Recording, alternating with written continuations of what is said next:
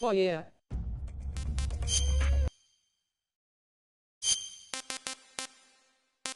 You are lucky.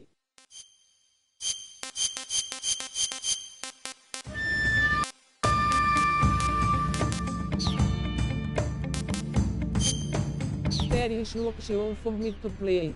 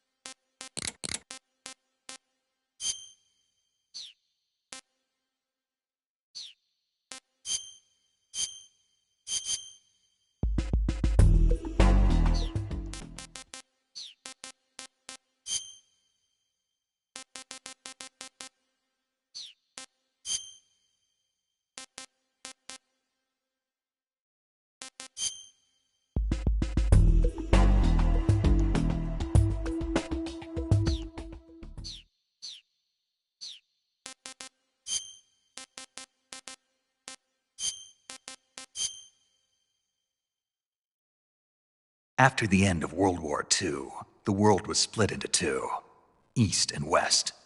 This marked the beginning of the era called the Cold War.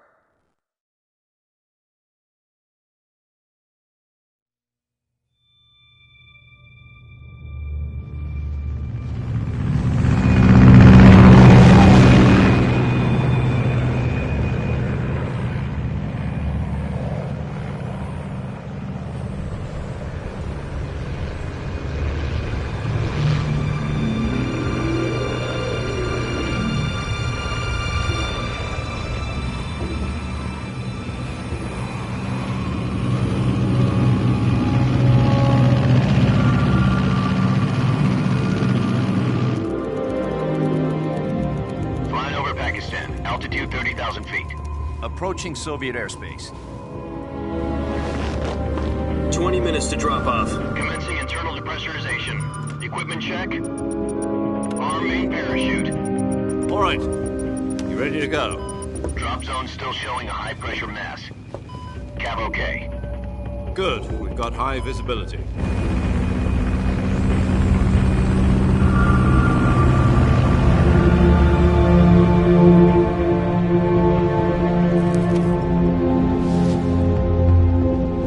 Put out that cigar. Connecting oxygen hose to interior connector. Put on your mask.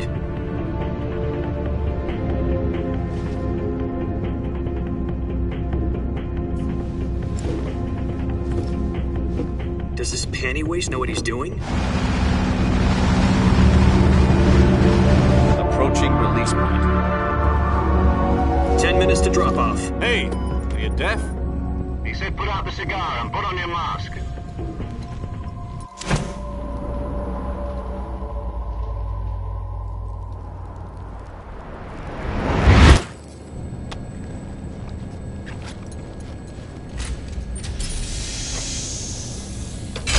Depressurization complete. Checking oxygen supply. 6 minutes to drop off. Opening rear hatch.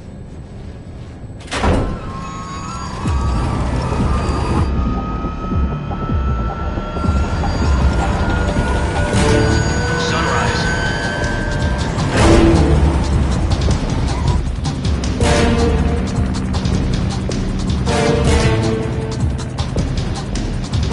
External temperature minus 46 degrees Celsius.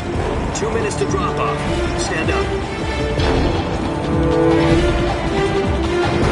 You'll be falling at 130 miles per hour. Try not to get frostbite from the wind chill. 1 minute to drop off. Move to the rear. Activate bailout model. This is one for the history books. The world's first halo jump. 10 seconds to drop off. Stand by. Status okay. All green. Prepare for drop-off. Countdown. 5, 4, 3, 2, 1. Spread your wings And fly. God be with you.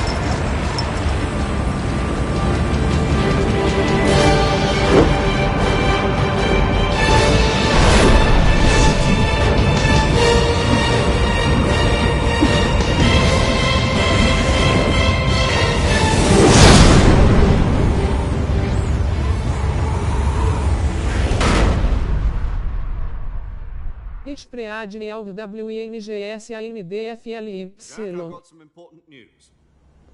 The head of the CIA has finally given us the green light for the virtuous mission. Virtual mission? No, the virtuous mission. The future of our Fox unit depends on it. If it succeeds, we'll be officially organized into a unit. Virtuous mission? Sounds like some kind of initiation ritual. You know, don't get cocky. This isn't a training op. Right. So what exactly is this wonderful mission? Well, about 2 years ago, a certain Soviet scientist requested asylum in the West through one of our moles. His name is Nikolai Stepanovich Sokolov. He's head of the OKB-754 Design Bureau, one of the Soviets' top-secret weapon research facilities, and the East's foremost expert on weapons development. Sokolov? Isn't he that famous rocket scientist? The very same. On April the 12th, 1961, the Soviets achieved the first manned spaceflight in history. The Earth was blue, but there was no God. Well spoken. The rocket that carried Yuri Gagarin to orbit was the A-1, known as the Vostok rocket. Sokolov is said to be the man most responsible for the multi-engine cluster used in that rocket. After Gagarin's flight, Sokolov left rocket development to become the head of the newly established Design Bureau. From a lowly technician to head of a design bureau, that's quite a success story, so why do you want to defect? It seems he'd become afraid of his own creations. Afraid? Call it a crisis of conscience. And for that, he left his country and his family behind and went over the fence? Not exactly. One of his conditions was that his family was also to be taken safely to the West. We used a mole to get the family out first and succeeded in sneaking Sokolov over the Berlin Wall shortly afterwards. I was the one who conducted the operation. The security on the eastern side was still full of holes back then. Then what? We got Sokolov over in one piece, but the whole ordeal had left him exhausted, and we checked him into a hospital in West Berlin. It took him 2 weeks and more than 600 miles to get from the research facility in the Soviet Union to Berlin. He was in no condition to say anything coherent. And it was only a week later that we had something much bigger on our hands. The Cuban Missile Crisis. October the 16th, 1962, President Kennedy received word that the Soviets were in the process of deploying intermediate-range ballistic missiles in Cuba. The President demanded that the Soviets dismantle and remove the missiles. At the same time, he announced a naval blockade to prevent further missile shipments from reaching Cuba. But the Soviets didn't back down, instead placing their armed forces on secondary alert. Soviet transport ships carrying missiles continued on course towards Cuba. US and Soviet forces went on alert for an all-out nuclear war. Frantic negotiations were conducted through the UN's Emergency Security Council and unofficial channels to end the hair-trigger standoff. Finally, on October the 28th, the Soviet Union agreed to remove its missiles from Cuba, and so the world avoided a nuclear holocaust. But in order to get the Soviets to pull their missiles out, we had to make a deal. You mean the one where the US agreed to remove its IRBMs from Turkey? No. The Jupiter IRBMs deployed in Turkey were obsolete, and we were going to get rid of them anyway. They had no strategic value whatsoever to either the US or the Russians. The Turkey deal was a ruse, a cover story that was fed to the other intelligence agencies around the world. So what did the Russians really want? Sokolov. They wanted us to return Sokolov. You mean the Soviets pulled out of Cuba just to get their hands on Sokolov? That's right. What the hell was he working on? At the time, we had no idea. We were running out of time. It was either give up Sokolov or risk full-scale nuclear war. In the end, we had no choice. President Kennedy gave in to Khrushchev's demand. The next day, I got Sokolov out of the hospital, handing him over to agents on the eastern side. Sokolov kept on screaming, "Save me," until he disappeared from my sight. Then, a month ago, we received some new information from one of our moles. About Sokolov? Yes. He was taken back to the research facility and forced to continue working on the weapon in question under KGB supervision. What's more, it's on the verge of completion. So what kind of weapon is it? Something to do with space rockets? No, missiles. Same technology. I guess you're right. We don't know the details, but it appears to be a new kind of nuclear device. For half a year now, the Soviets have been conducting frequent nuclear tests at Semipalatinsk. Something to do with the weapon, I assume. We're talking about a secret weapon so big that Khrushchev was ready to pull out of Cuba to get it back. Is Sokolov still in the facility? No. According to our intelligence, he's in Selino-Yarsk, a place in the mountains about 3 miles to the west that's known as the Virgin Cliffs. The Virgin Cliffs. Nice name for a virtuous mission. They moved him there just recently. Why? Apparently, they're conducting a field test of the weapon, but it's our best chance to get him back. This mission would never have been possible if he was still in the research facility. This is our last chance. Sokolov must have known that too when he contacted us.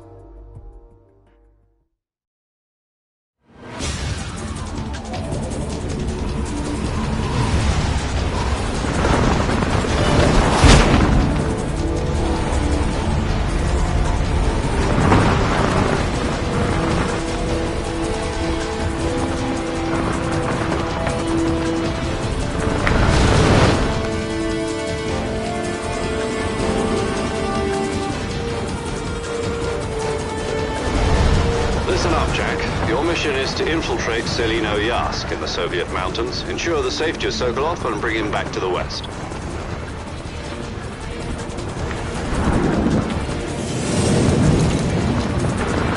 If we don't get Sokolov back before that weapon is complete, we'll be facing a major crisis. The clock is ticking.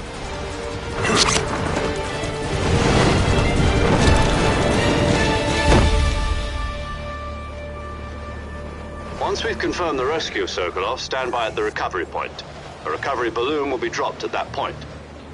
Helium will be pumped into the balloon to inflate it. The process takes about 20 minutes. Once it's complete, the gunship's arm will latch onto the balloon and pull it up. The Fulton surface-to-air recovery system. I'm familiar with the theory. Take it easy. It's been combat-proven. Do you think Sokolov is up to it?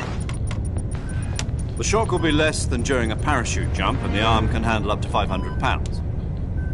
So you're planning on going over the border in a single combat Talon? She's equipped with 2 6-barrel 20mm Vulcan cannons, as well as 2 40mm machine guns. Sounds like she could hold her own against a battalion of tanks.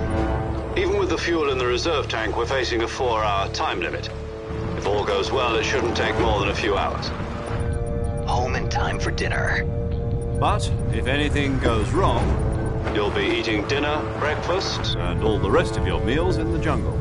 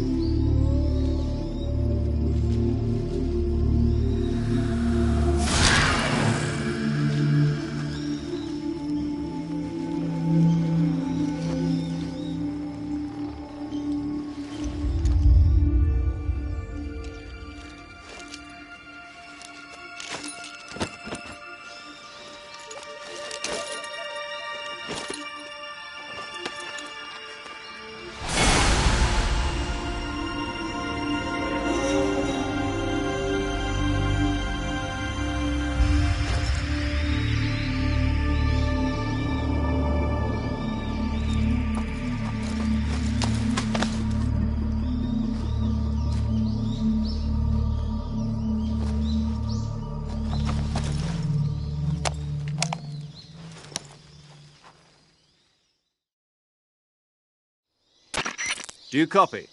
You're already in enemy territory, and somebody might be listening in.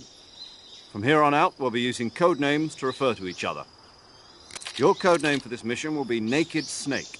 I'll be referring to you as Snake from now on. You're not to mention your real name. Snake? Oh, you don't like snakes? What do you mean? You've eaten one before, haven't you? In survival training. I'm glad to hear that. I don't know if I'd ever order one in a restaurant, but... Be careful, you might not have a choice. What about you, Major? What should I call you? Let's see. I'll be Tom. Call me Major Tom. This will be a sneaking mission. You must not be seen by the enemy. You must leave no trace of your presence. Is that clear? This kind of infiltration is the Fox unit's speciality. In other words, weapons and equipment are procured on site. That goes for food as well. You're completely naked, just as your name implies. Great. Now I see why you asked me if I like snakes. I suppose calling me Snake was your idea of a joke, too. No. There's a good reason for that. I'll tell you later when the time is right. Gotcha. Getting back to the subject, how exactly am I supposed to feed myself? You've been issued a knife and a tranquilizer gun. Use them to hunt for food. You'll also find some medical supplies in your backpack. Yeah, about the backpack. I lost it in a tree on the way down. I see. Well, you'd better go back and get it then. You know where it is? No problem. I can see it from here. It's stuck on a branch. To climb a tree, stand in front of a tree that's covered in ivy and press the action button. I'll be monitoring your progress over the radio. We can't risk violating Soviet airspace, but I'll be in the gunship. My frequency is 140.85. I'll give you a call if I need to talk to you. If you need to talk to me, use the send function. Okay, Snake, go get your backpack.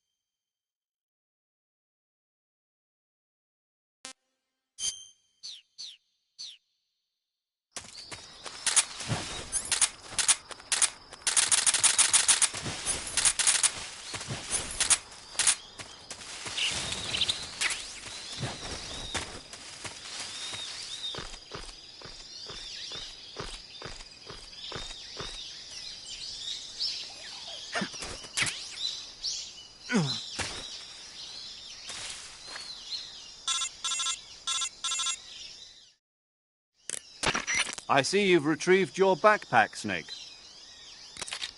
To equip a weapon, it's necessary to take it out of your backpack. In the survival viewer, choose Weapon from the backpack. Your available weapons will be displayed in a window in the upper left. From that list, choose the weapon you want to equip and press the Enter button. For other equipped items, just do the same thing from Item. Got it. Use the survival viewer backpack. Yep, that's right. Survival is fundamental to this mission. After you've been out in the field for a while, your stamina will start to drop. If your stamina gets too low, it'll affect your performance. You won't be able to shoot accurately, for example, and your wounds won't heal as smoothly. Keep an eye on your stamina so you don't run out. To recover lost stamina, you can hunt for local flora and fauna. You can use either your tranquilizer gun or your knife to hunt. My only weapon is a Mark 22 Hush Puppy tranquilizer gun? That's right. It's been fitted with its own suppressor. However, the suppressor will deteriorate every time you fire. Once its durability reaches 0, the noise suppression effect will be gone. So don't get too trigger-happy with it. The suppressor's durability is shown in the icon. Any weapons and equipment beyond what you're carrying now, you'll have to find as you go. I have to find my own weapons and equipment? Whose crazy idea was this, anyway? Solo covert actions are standard Fox operating procedure. You can't leave any traces of your presence. No weapons, equipment, footprints, sweat, or bodily waste. The same goes for bullets and cartridges, too. Your presence in enemy territory is already a violation of international conventions of warfare. There aren't supposed to be any American soldiers in Russia. It could spark an international incident. You can't let anyone see you. You can't let the enemy know you're there. This is a stealth mission. You're a ghost, Snake, in every sense of the word. And there'll be no rescue if you're captured. The military and US government will deny any involvement in the affair. Then I'll just have to take care of myself, huh? I'm afraid so. You've been given a fake death pill for that purpose. SIS guidelines stipulate that soldiers on covert ops like this one be issued a potassium cyanide capsule. Tape it to your body so you can take it when you need to. How generous of you. Use it if you're taken prisoner by the enemy. It'll send you into a state of false death for a short time. Fooling them into thinking that I'm really dead. So, how do I come back to life? Just take the revival pill. You mean that thing they put in my tooth before the mission? That's the one. But be careful. If you remain in a state of false death for too long, nothing will be able to bring you back. Remember that. I'll keep it in mind. You said this was a solo mission, right? Right. I guess that means I can't count on any reinforcements. Correct. The mission rests entirely in your hands. A real one-man army. Relax. There's a support team ready to back you up over the radio. Who? I'll introduce them to you. This time, survival is of utmost importance. The first member of the support team will be in charge of monitoring your physical condition, acting as a medic, so to speak, as well as recording your mission data. She's a member of Fox as well, and she's here on the gunship with me. She? Hello, Snake. I'm paramedic. Nice to meet you. Paramedic. As in a medic who comes in by parachute. Aren't you going to tell me your real name? Are you going to tell me yours, Mr. Snake? My name, huh? It's John Doe. And they call you Jack for short. You're a regular Captain Nemo. A name means nothing on the battlefield. After a week, no one has a name. What's your name? Jane Doe. Very funny. I wasn't joking, but I'll tell you my name only if you manage to make it back alive. My frequency is 145.73. She's also in charge of recording your mission data. Whenever you want to save, send a message over the reserved save frequency, 140.96. So saving lets me record my mission data. That's right. It also records the state of your health. Good to know. There's one more person I want to introduce you to, Snake. Huh? Speaking of snakes, you remember the boss, don't you? A legendary soldier and your mentor. Actually, it was the boss that got the DCI's authorization in the first place. She's going to be serving as Fox's mission advisor. The boss is? She also helped me plan this mission. She and I were at SAS together. Jack, is that you? How many years has it been? Boss? That's right. It's me. Talk to me. Let me hear your voice. It's been 5 years, 72 days, and 18 hours. You've lost weight. You can tell just by the sound of my voice. Of course I can. I know all about you. Really? Well, I don't know anything about you. What's that supposed to mean? Why'd you disappear on me all of a sudden? I was on a top-secret mission. You didn't need me anymore. But there were still so many things I wanted you to teach me. No, I taught you everything you needed to know about fighting techniques. I taught you all I could. The rest you needed to learn on your own. Techniques, sure. But what about how to think like a soldier? How to think like a soldier? I can't teach you that. A soldier needs to be strong in spirit, body, and technique. And the only thing you can learn from someone else is technique. In fact, technique doesn't even matter. What's most important is spirit. Spirit and body are like two sides of a single coin. They're the same thing. I can't teach you how to think. You'll just have to figure it out for yourself. Listen to me, Jack. Just because soldiers are on the same side right now doesn't mean they always will be. Having personal feelings about your comrades is one of the worst sins you can commit. Politics determine who you face on the battlefield. And politics are a living thing. They change along with the times. Yesterday's good might be tomorrow's evil. Is that why you abandoned me? No, it had nothing to do with you. I already told you, Jack. I was on a top-secret mission. A soldier has to follow whatever orders he's given. It's not his place to question why. But you're looking for a reason to fight. You're a natural-born fighter, but you're not quite a soldier. A soldier is a political tool, nothing more. That's doubly true if he's a career soldier. Right and wrong have no place in his mission. He has no enemies and no friends. Only the mission. You follow the orders you're given. That's what being a soldier is. I do whatever I have to get the job done. I don't think about politics. That's not the same thing. Sooner or later, your conscience is going to bother you. In the end, you have to choose whether you're going to live as a soldier or just another man with a gun. There's a saying in the Orient, loyalty to the end. Do you know what it means?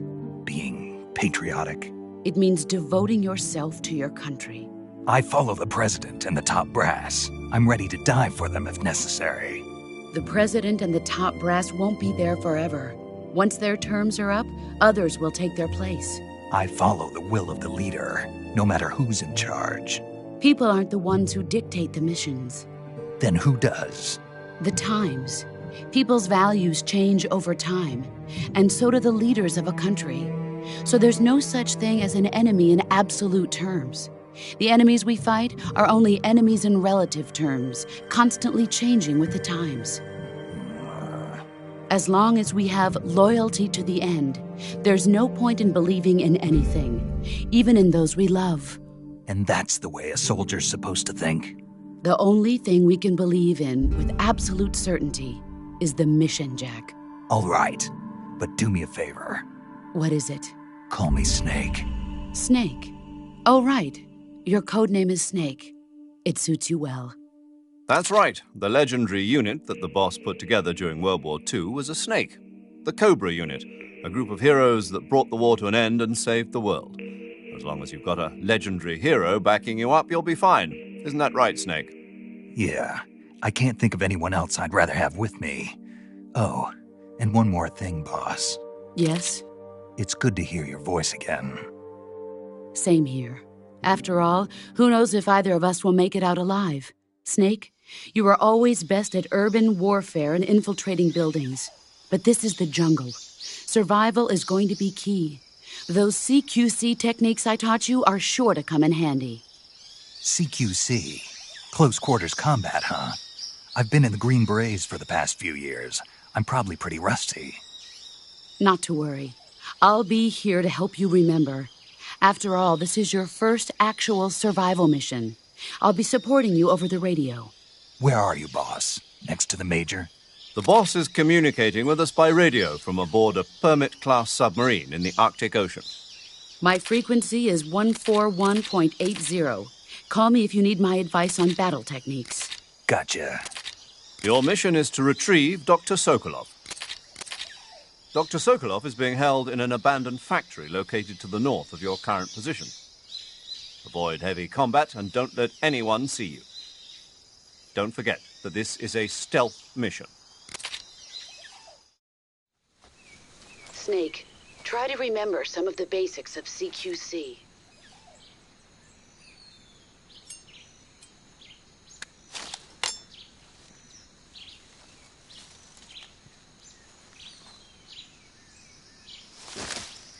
Commencing virtuous mission now.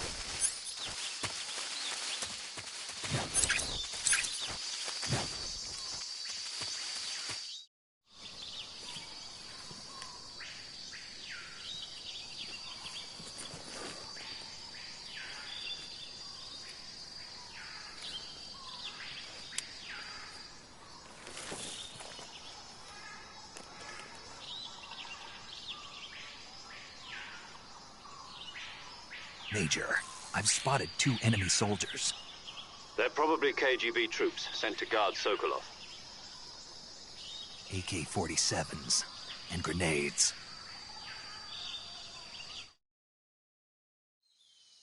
Snake, your presence in Soviet territory is already a violation of international law.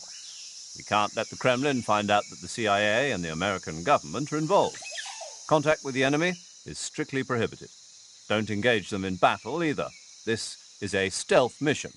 Got that? The Major is right. The point of this mission is to sneak through the jungle without being seen. The success of the mission depends on how well you use your camouflage. Change your camouflage by selecting Camouflage from the Survival Viewer. The Uniform option lets you pick your uniform, while the Face option lets you change your face paint.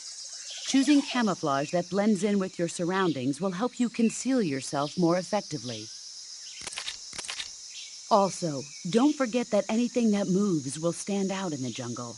If you just stand up and run around like an idiot, you're bound to be spotted. But if you crawl instead, you should be able to sneak by without being noticed. You can see how effective your camouflage is by looking at the camo index. The camo index shows how well your current camouflage blends in with the surrounding area. The higher the value, the harder you are to spot, and vice versa. The key is to make yourself one with nature. Keep that in mind as you go along, okay?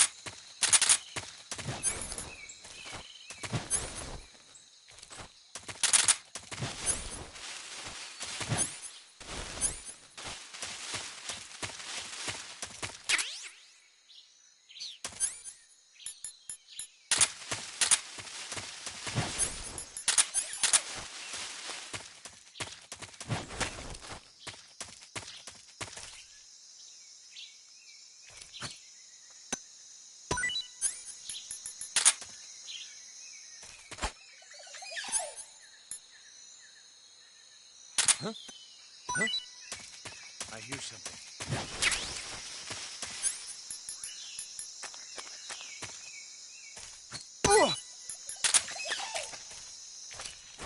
Freeze! No, wait!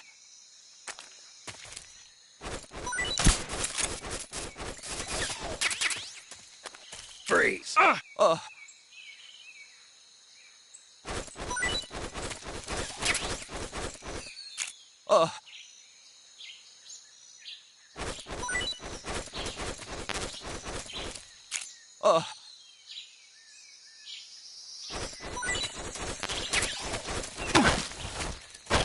Speak.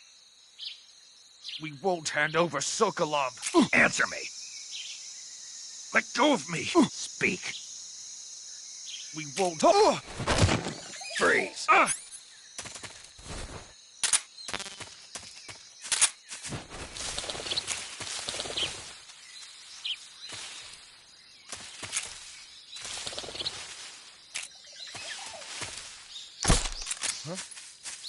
Who was that?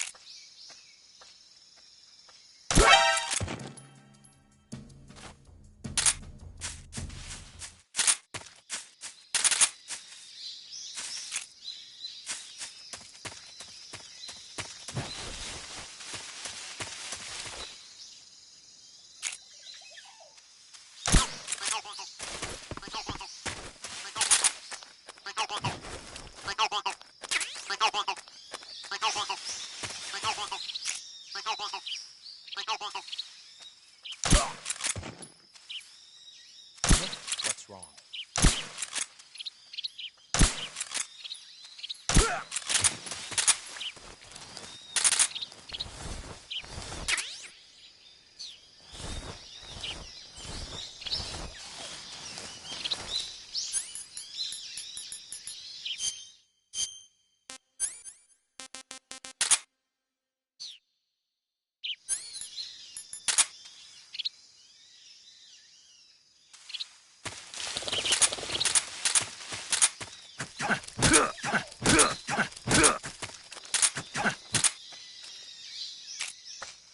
Freeze. Don't shoot me, please!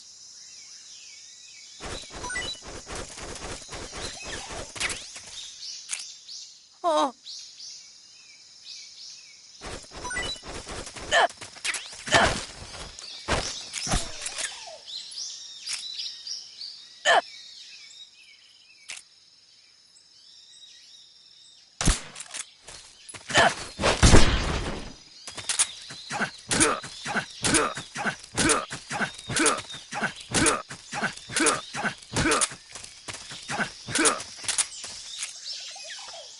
Freeze.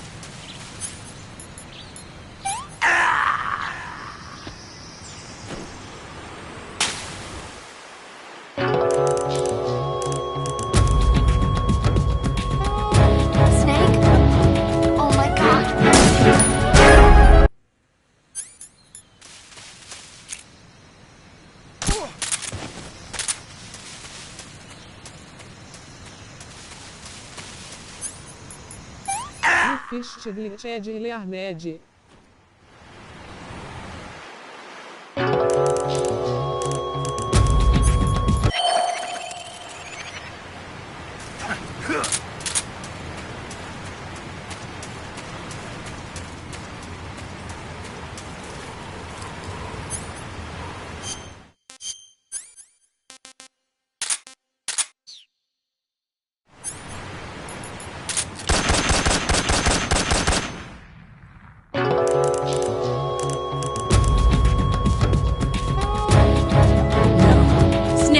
Get up! Snake! Snake!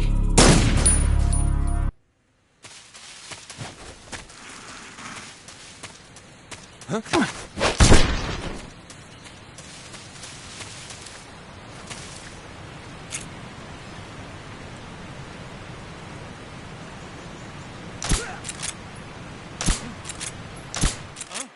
What's wrong?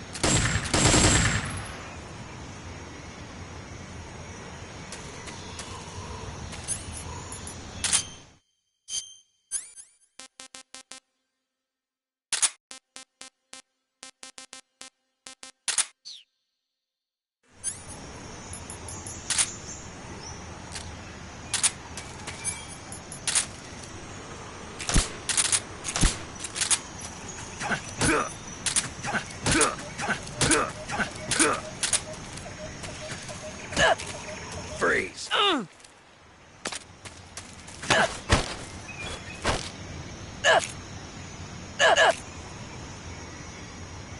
Answer me.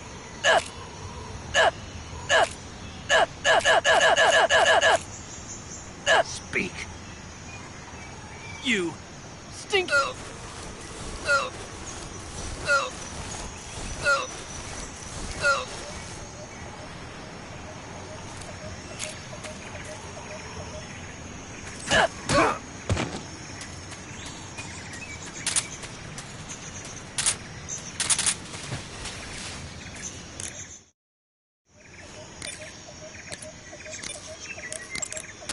Saving the game, Snake?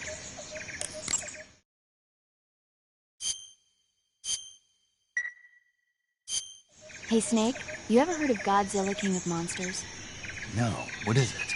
It's a movie. You haven't seen it? Nope. It's about this monster called Godzilla. Okay, good luck.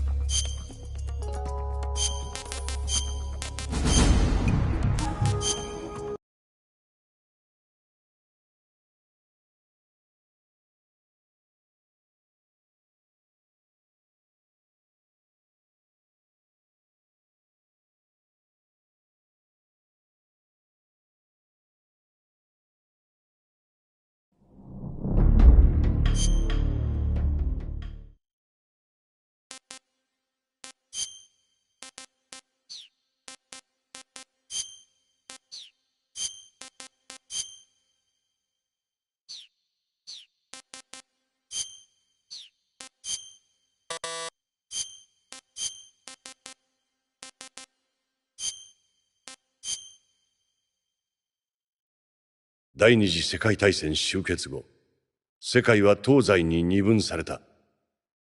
冷戦と呼ばれる時代の幕開けである。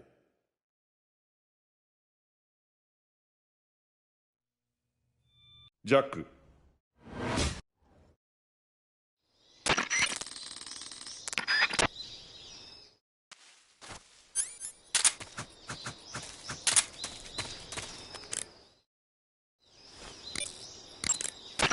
スネーク、まずは降下時になくしたバックパックを回収するんだ。